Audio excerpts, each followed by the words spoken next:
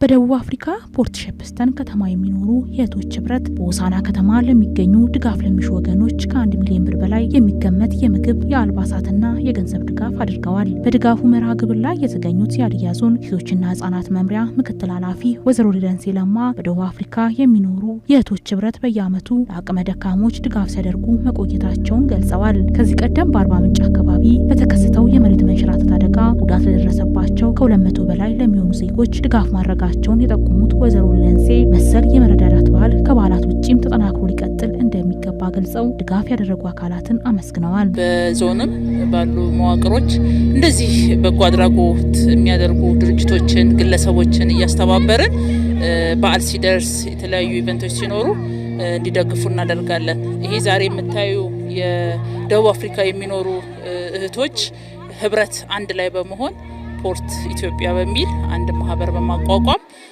በአመት እንደዚህ አይነት ድጋፎች ያደርጉልናል። ፋሲካ በዓል ምክንያት በማድረግ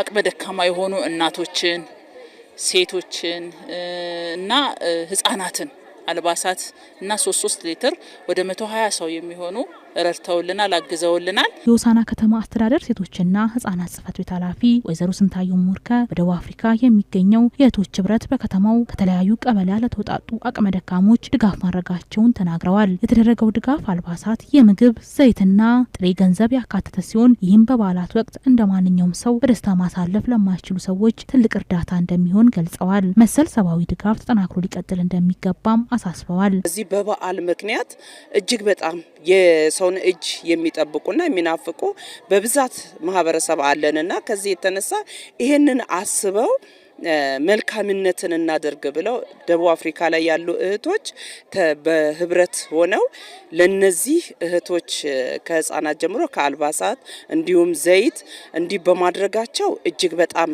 ከልብ አመሰግናለሁ። ሌሎችም ካላቸው ሳይሆን ከሌላቸውም ተቋርሰው ቢደግፉና ብንረዳዳ መልካም ነው እላለሁ። በመርሃ ግብሩ የተገኙት የሆሳና ከተማ አስተዳደር የመንግስት ረዳት ተጠሪና የፖለቲካና አቅም ግንባታ ዘርፍ ኃላፊ ወይዘሮ በረከት ታደሰ በበኩላቸው መስጠት ፈጣሪ ያስተማረን በጎ ተግባር መሆኑን ገልጸዋል። ድጋፉ ተጠናክሮ መቀጠል እንዳለበትም ጠቁመው በደቡብ አፍሪካ ፖርት ሼፕስተን ከተማ የሚኖሩ የእህቶች ህብረትን አመስግነዋል።